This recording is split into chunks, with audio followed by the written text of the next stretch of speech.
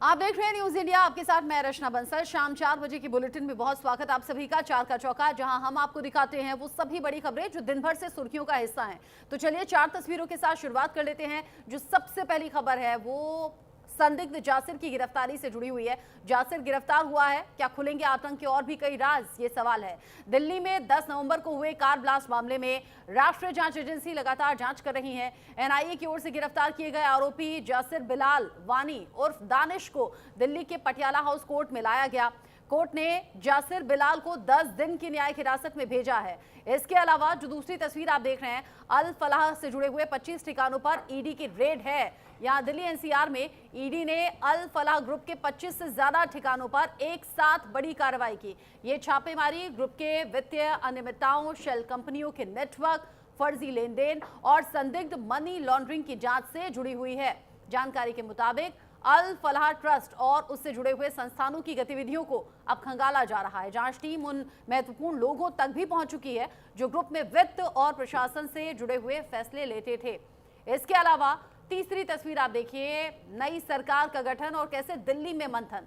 दिल्ली में कई जो नई एनडीए सरकार है उसके गठन को लेकर कई मंथन हुए हैं, मीटिंग्स लगातार चल रही हैं। हलचल हो गई है तेज, क्योंकि जेडीयू के वरिष्ठ नेता संजय झा और ललन सिंह, केंद्रीय गृह मंत्री अमित शाह और बीजेपी अध्यक्ष जेपी नड्डा के साथ बैठक उन्होंने की और बैठक करने के बाद वो बाहर निकल गए हैं। यह अहम बैठक करीब 3 घंटे तक चली, जिसमें दोनों दलों के बीच में सरकार गठन, मंत्रालयों के बंटवारे और स्पीकर पद जैसे मुद्दों पर बात हुई है।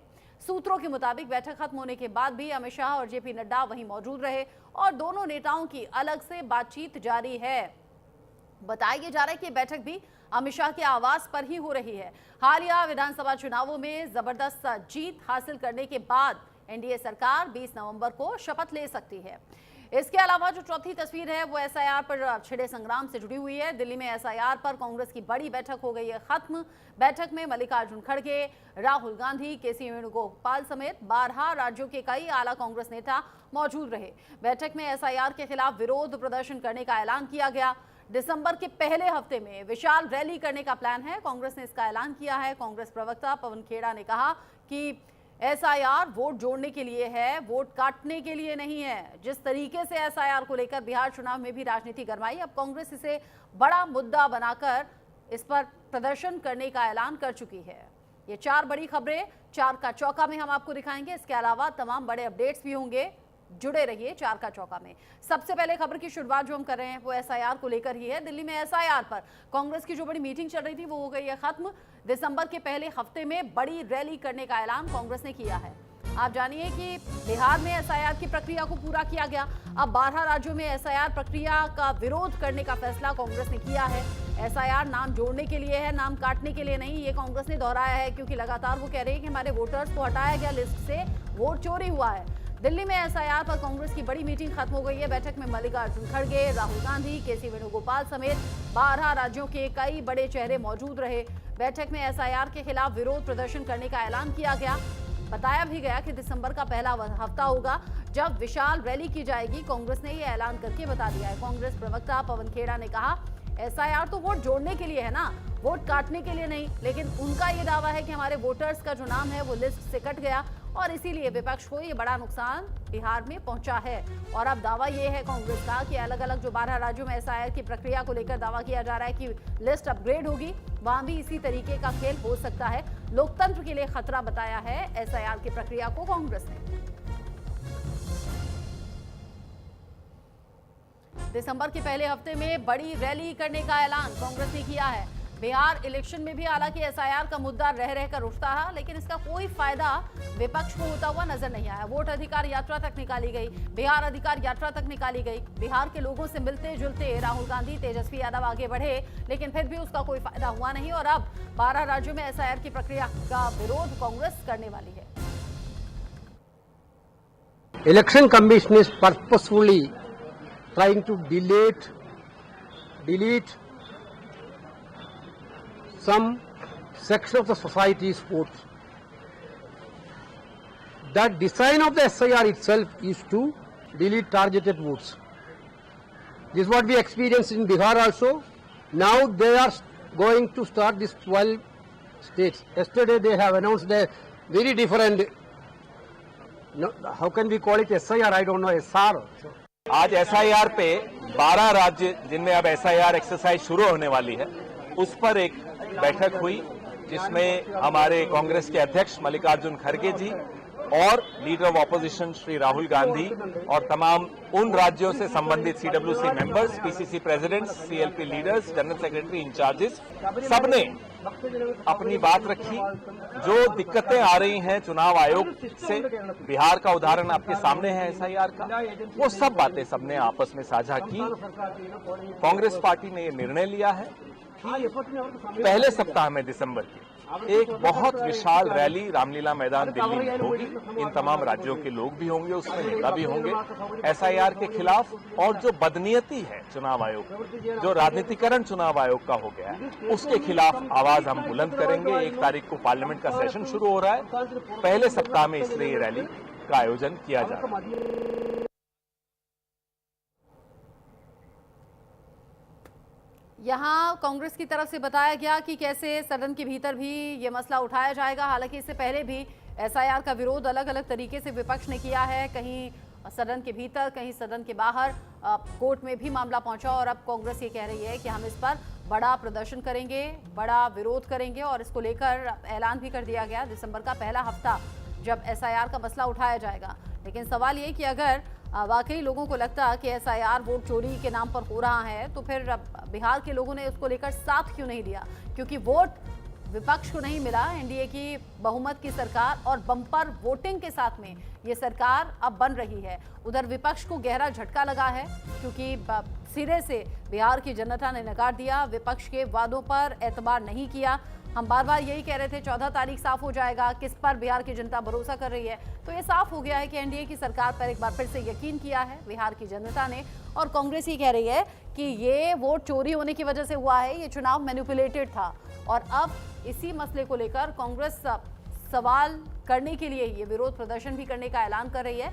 आज बड़ी मीटिंग हुई जिसकी तस्वीरें आप देख रहे हैं। अलग अलग राज्यों से कांग्रेस के बड़े चेहरे पहुंचे, राहुल गांधी, मल्लिकार्जुन खड़गे और बाकी जो बड़े चेहरे हैं कांग्रेस के, वो अलग अलग राज्यों से इस मीटिंग का हिस्सा रहे। केसी वेणुगोपाल ने इस बात की जानकारी शेयर की कि दिसंबर के पहले हफ्ते में कांग्रेस वोट चोरी का मसला उठाएगी, एसआईआर का मसला उठाएगी और बड़ा विरोध प्रदर्शन करने की तैयारी कांग्रेस की है।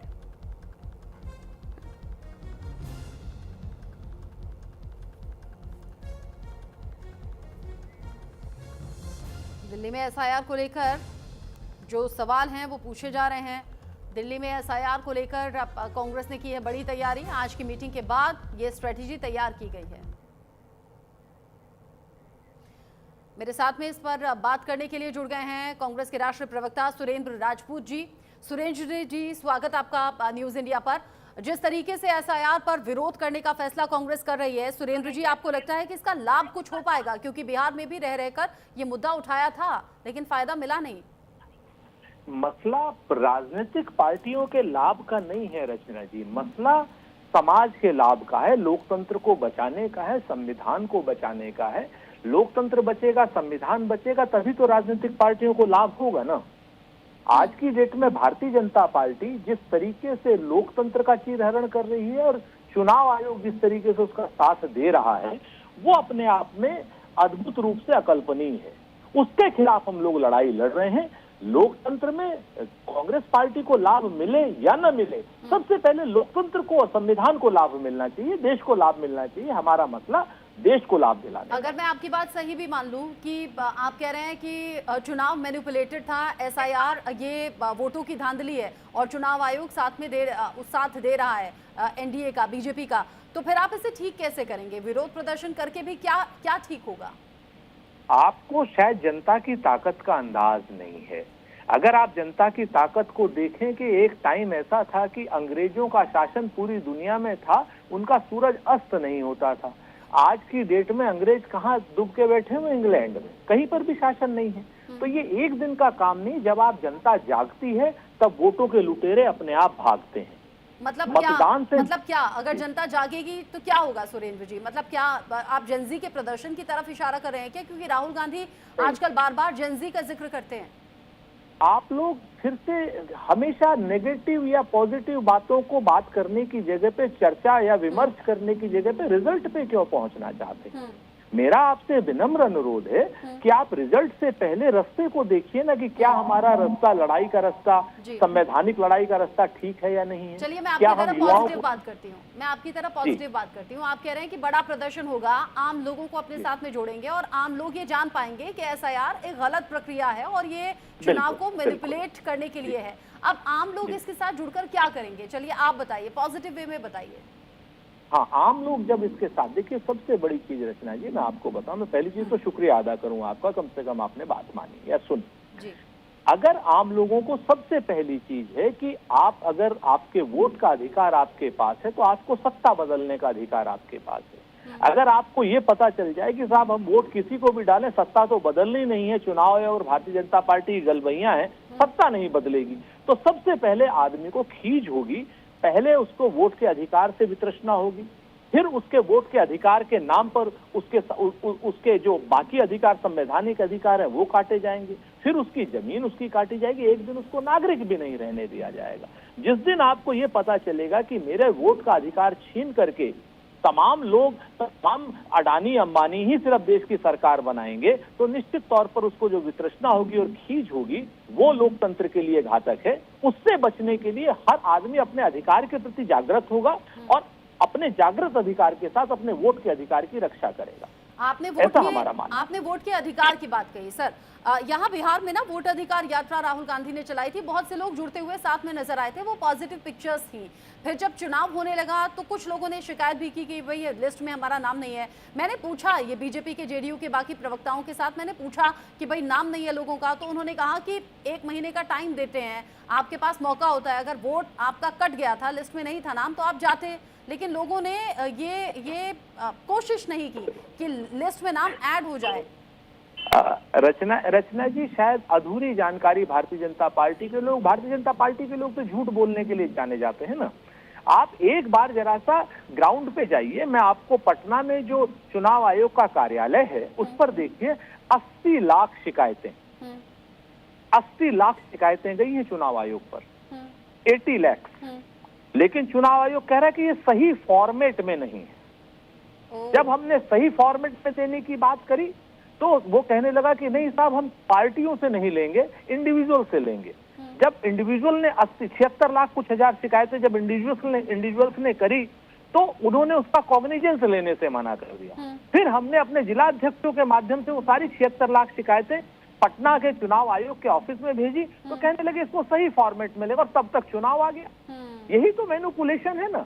मैं आपसे विनम्र अनुरोध कर रहा हूं कि आप लोग इस स्टूडियो से बाहर निकल करके 15 दिन के लिए सिर्फ, ये जितना नोएडा का मीडिया है, 15 दिन के लिए बिल्कुल निरपेक्ष भाव से इस सारी प्रक्रिया को देख लें। आपको खुद वितृष्णा हो जाएगी कि किस तरीके से भारतीय जनता पार्टी और चुनाव आयोग मिल करके देश के लोकतंत्र को परेशान कर रहा है, हैरान कर रहा है, हताश कर रहा है और निराश कर रहा है। और ये किसी के लिए भी अच्छा नहीं है, बिल्कुल ना आपके लिए अच्छा है ना हमारे लिए। हाँ, जो बात आप कह रहे हैं ना सुरेंद्र जी, हमारी टीम ग्राउंड जीरो पर रहती भी है और आपको हमसे बात करके समझ आ भी गया होगा, न्यूट्रल हम चैनल है और अब सबको बोलने का मौका देते हैं, सबकी बात भी दर्शकों तक पहुंचाते हैं। और इसीलिए मैंने कहा ना, जब चुनाव चल रहे थे, रिजल्ट सामने आ रहा था या वोटिंग हो रही थी, तब भी मैं बीजेपी और जेडीयू और बाकी जो उनके सहयोगी दल हैं उनसे सवाल कर रही थी कि भाई ऐसी ऐसी शिकायतें आ रही हैं, बट अगर आप इनिशिएटिव ले रहे हैं और अगर आपको लगता है वाकई चुनाव मैनिपुलेट कराने की तैयारी अब आगे 12 राज्यों में भी है, तो शुभकामनाएं आपको इस रैली के लिए, इस प्रदर्शन के लिए।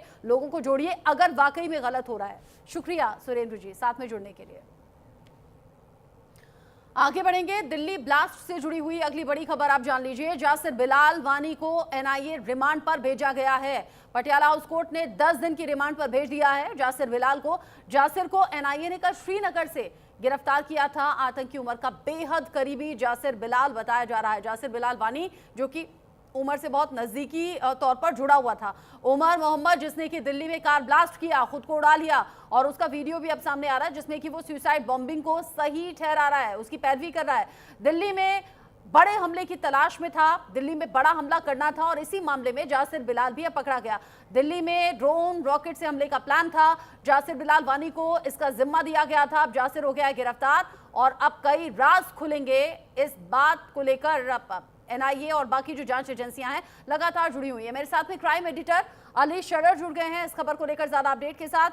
अब अली, हम देख रहे हैं लगातार ये जो डॉक्टर्स की टीम है ये तो जांच के शिकंजे में आई ही, बहुत हैरान किया व्हाइट कॉलर टेररिस्ट ने हम सभी को, पढ़े लिखे डॉक्टर जब इसका हिस्सा हो गए। अब जासिर बिलाल ये जो पकड़ा गया है, बाय प्रोफेशन क्या करता है, उमर का करीबी कैसे है, और क्या आगे आने वाले टाइम में दिल्ली में बड़े धमाके या बड़े हमले की तैयारी जासिर बिलाल कर रहा था क्या?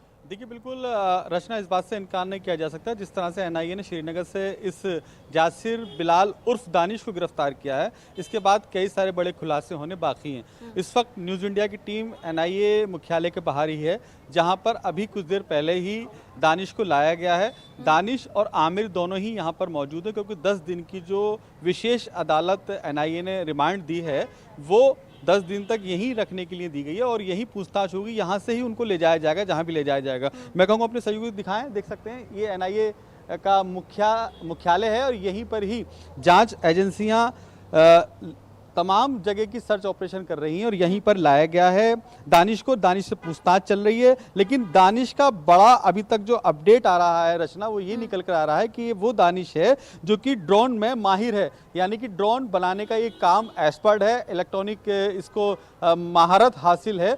तो ये एक बड़ा ड्रोन तैयार कर रहा था जो कि वेट ज़्यादा लेकर उड़ सके, यानी कि साफ मकसद है कि ज़्यादा से ज़्यादा विस्फोटक लेकर के ये तमाम उन स्थानों को चिन्हित कर रहे थे जहां जहां भीड़ भाड़ वाले इलाके रहते हैं। अभी तक इनपुट यही निकल कर आ रहा है, लेकिन अभी जो जांच होनी है 10 दिन के भीतर, जो तमाम सर्च ऑपरेशन होना है, उसमें बहुत सारे इनपुट निकल के आएंगे, क्योंकि उमर, आमिर और दानिश अकेले नहीं हैं, इनके साथ ऐसे बहुत सारे लोग हैं जो कि अभी भी भारत के अलग अलग स्थानों पर बैठ कर की बड़ी योजना तैयार कर रहे हैं। और ये तमाम वही प्रोपेगेंडा चल रहा है जो कि आईएसआई का साफ तौर पर मकसद है कि भारत में किसी भी तरह से शांति न रहे, उसी के मकसद पे लगातार काम कर रहे हैं। अब इनसे पूछताछ चल रही है। ऊपर वाली बिल्डिंग जो है, मैं कहूँगा अपने सहयोगी दिखाएं, देखिए ऊपर वाली बिल्डिंग में दानिश को रख रखा है, यहीं पर ही दानिश से पूछताछ चल रही है और आमिर को भी आमने सामने बिठा रखा है और इन दोनों से आमने सामने बैठकर बात हो रही है, क्योंकि जो आमिर है कार 20 का मालिक, R20 जो कार थी जो ब्लास्ट हुई है, उसका ये कहना था कि मेरा सिर्फ कार से मतलब था, इसके अलावा मैं नहीं जानता। लेकिन अब जिस तरह से तार जुड़ रहे हैं, दानिश को साफ तौर पर जानता है आमिर, क्योंकि आमिर भी जम्मू कश्मीर का रहने वाला है, पहलगांव का। पहलगांव के पास एक गांव है, वहां का रहने वाला। लेकिन जो ये अली, जिस तरीके से एक के बाद एक गिरफ्तारी हुई है, अगर कोई ड्रोन बनाना जानता है और ऐसे ड्रोन को बना रहा था जो भारी वेट लेकर जा सके, तो यहाँ भी पढ़ाई लिखाई वाली बात आ गई। उधर व्हाइट कॉलर टेररिस्ट डॉक्टर के नाम पर यहाँ भी एक पढ़ा लिखा शख्स जासिर बिलाल जो कि जुड़ा हुआ था उमर के साथ में। अब तो उमर का वो वीडियो भी सामने आ गया जिसमें फ्लुएंट इंग्लिश में बात करते हुए वो वीडियो में दिखाई दे रहा है और वो बताता है कि सुसाइड बॉम्बिंग गलत नहीं है, उसकी पैरवी करता हुआ नजर आया। अली, आप रहिएगा, इस बीच मिल रहा है एक और बड़ा अपडेट। दिल्ली ब्लास्ट में टेरर फंडिंग को लेकर एक्शन में आ गई है बीडीबी। दस्तावेज, बैंक डिटेल्स, मोबाइल, जगह जगह जो छापेमारी है वहां से जब्त किए गए हैं। अल फलाह यूनिवर्सिटी के पूर्व वीसी के घर पर भी छापेमारी हुई है। अल फलाह यूनिवर्सिटी से जुड़े हुए 25 ऐसे ठिकाने हैं जहां पर रेड डाली गई है, क्योंकि अल फलाह यूनिवर्सिटी जहां को लेकर खबर ऐसी है कि वहीं के लैब में विस्फोटक तैयार किया गया, जहां से एक के बाद एक डॉक्टर जांच के शिकंजे में आए और फिर उन्हें पकड़ा गया। अली मेरे साथ में जुड़े हुए हैं। अली, जांच का केंद्र यहाँ पर बनी हुई है अल फलाह यूनिवर्सिटी, लेकिन यूनिवर्सिटी से जुड़े हुए अलग अलग ठिकाने, यहाँ तक कि पूर्व वीसी भी अब जांच के घेरे में आ गए हैं। जगह जगह जो जांच अभी तक चल रही है, क्या अल फलाह यूनिवर्सिटी को बाहरी ताकतों से फंडिंग हो रही थी? क्या किसी भी तरीके से कोई कनेक्शन है?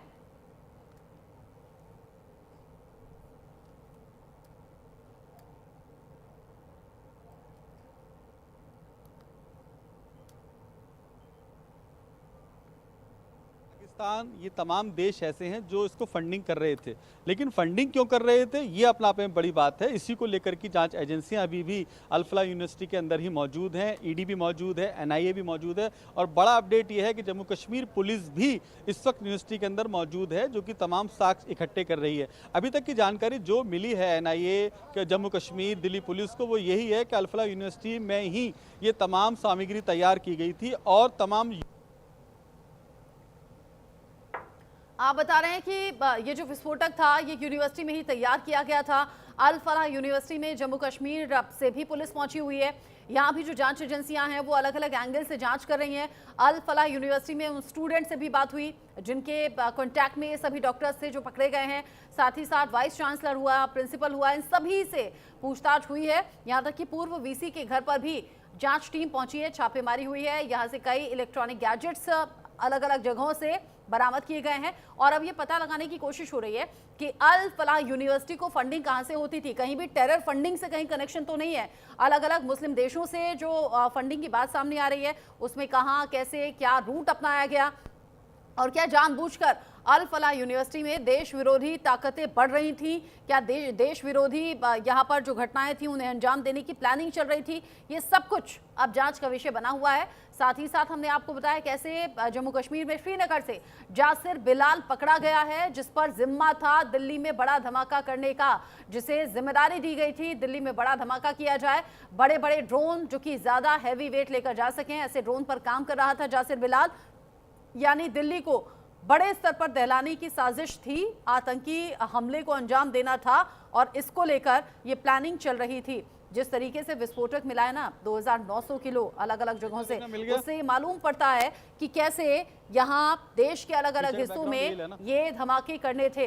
आत्मघाती हमले की बात करता हुआ उमर मोहम्मद नजर आया वीडियो में, जिसमें वो सुसाइड बॉम्बिंग को जायज ठहराता हुआ नजर आया। यानी हमास और आइसिस की तर्ज पर जैसे इजराइल में बड़ा हमला हुआ वैसे ही दिल्ली में करने की साजिश थी, लेकिन इसी साजिश को अंजाम देने से पहले एक एक करके वो सभी आतंकी अब धरे जा रहे हैं जो उमर मोहम्मद, जो doctor Shaheen, doctor Muzammil, doctor Adil, इन जैसों की तरह ही इस ग्रुप का हिस्सा थे।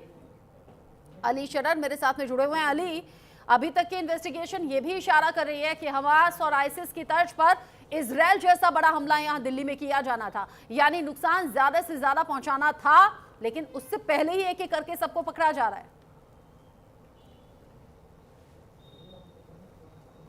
देखिए, बिल्कुल इस बात से इनकार नहीं किया जा सकता रचना, जिस तरह से खुलासे हो रहे हैं उससे साफ जाहिर है कि ड्रोन हमले की पूरी तैयारी थी और ये वो इलाके चुने गए थे जो भीड़ भाड़ वाले इलाके हैं, खासकर धार्मिक स्थल और पर्यटक स्थल ही निशाने बनाए गए थे। फिलहाल पूछताछ जारी है। एनआईए में अभी भी टीम अंदर गई हैं जो कि जम्मू कश्मीर से वापस लौटी हैं। तो ये ज़रूर कहा जा सकता है, जिस तरह से गृह मंत्री अमित शाह ने समीक्षा के दौरान साफ किया है, किसी भी हाल में आतंकवाद मुक्त भारत बनाना है और कोई भी आतंकवादी घटना दोबारा ना घटे, उसके लिए तमाम मुमकिन प्रयास कीजिए। उसी के चलते जाँच एजेंसियाँ, दिल्ली पुलिस और जम्मू कश्मीर पुलिस मिलकर इस जॉइंट ऑपरेशन को चला रही हैं, जिसमें कि दानिश से पूछताछ चल रही है। अभी दानिश को वापस लाया गया है मुख्यालय में जहां उससे पूछताछ चल रही है। तो अब ये जरूर कहा जा सकता है रचना कि पूरी तरह से इनके जो तार हैं जड़ से खींच के बाहर निकालने की तैयारी एजेंसियां कर चुकी हैं और उसी के मद्देनजर बड़े पैमाने पर इनसे पूछताछ चल रही है और बड़ा खुलासा भी जल्दी हो सकता है, क्योंकि उमर और आमिर या दानिश ही नहीं है, इस पूरे गैंग में ऐसे बहुत सारे चेहरे हैं जो कि पढ़े लिखे चेहरे हैं। क्योंकि ये जो मॉडल बनाया गया है आतंकी मॉडल, ये वाइट कॉलर है, यानी कि इनका कोई भी आपराधिक इतिहास नहीं है, ना ही इनको कोई फैमिली बैकग्राउंड क्रिमिनल है। हाँ। तो इस तरीके से ऐसे लोगों को माइंड वॉश करके इस सांचे में ढाला गया है, जिसको लेकर के फिलहाल इस तरह के वीडियोस बनाए होंगे। उमर मोहम्मद का एक वीडियो अभी आया है सामने, हो सकता है ऐसे कई वीडियोस हों, लोगों तक पहुंचाए गए हों, ऐसी कई मीटिंग्स हुई हों जिसमें ब्रेन वॉश किया गया हो। इसी का तो नतीजा है ना, एक एक करके पढ़े लिखे लोग इस ग्रुप का हिस्सा थे, अब सामने आ रहा है और अब पकड़े जा रहे हैं। अली, नजर आप बनाए रखिएगा, इस बड़ी खबर से जुड़ा हुआ जो भी अपडेट होगा आगे आपके जरिए दर्शकों तक पहुंचाएंगे। छोटा सा ब्रेक ले रहे हैं, लौटेंगे।